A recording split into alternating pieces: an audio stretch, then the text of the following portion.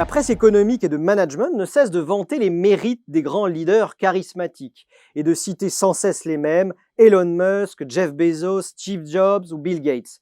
Tous ont captivé les foules par leur simple présence. Pourtant, le charisme, loin d'être une force magique, masque souvent des failles profondes. Alimentées par un ego surdimensionné, ces failles peuvent devenir un véritable fléau pour une entreprise. Jim Collins, dans son ouvrage Good to Great, éclaire une réalité souvent ignorée. Ce ne sont pas les leaders charismatiques qui transforment les entreprises de bonnes à exceptionnelles, mais ceux qui possèdent une humilité profonde, alliée à une volonté inébranlable. C'est ce qu'il appelle le Level 5 Leadership.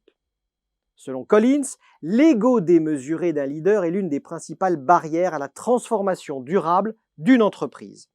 Un leader centré sur lui-même détourne la mission première de l'entreprise vers une quête personnelle de reconnaissance.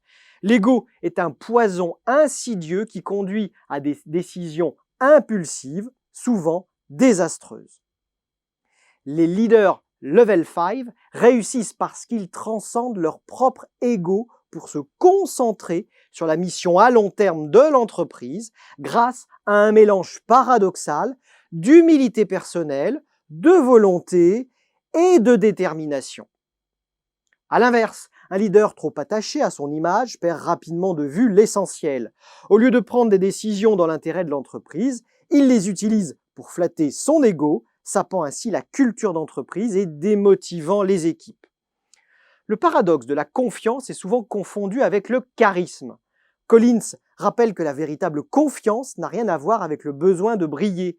Les leaders Level 5 écoutent, délèguent et admettent leurs erreurs sans crainte de perdre leur statut. Ils n'ont pas besoin d'écraser les autres pour se sentir forts. À l'inverse, un leader charismatique, souvent porté par un ego fragile, refuse de reconnaître ses limites, conduisant inexorablement à des échecs coûteux.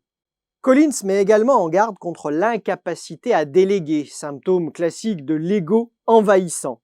Un leader charismatique, convaincu que l'entreprise ne peut survivre sans lui, centralise toutes les décisions, créant un goulot d'étranglement. Cette attitude ralentit les processus, empêche l'émergence de nouveaux talents et rend l'entreprise excessivement dépendante de son leader, ce qui la rend trop souvent fragile et vulnérable.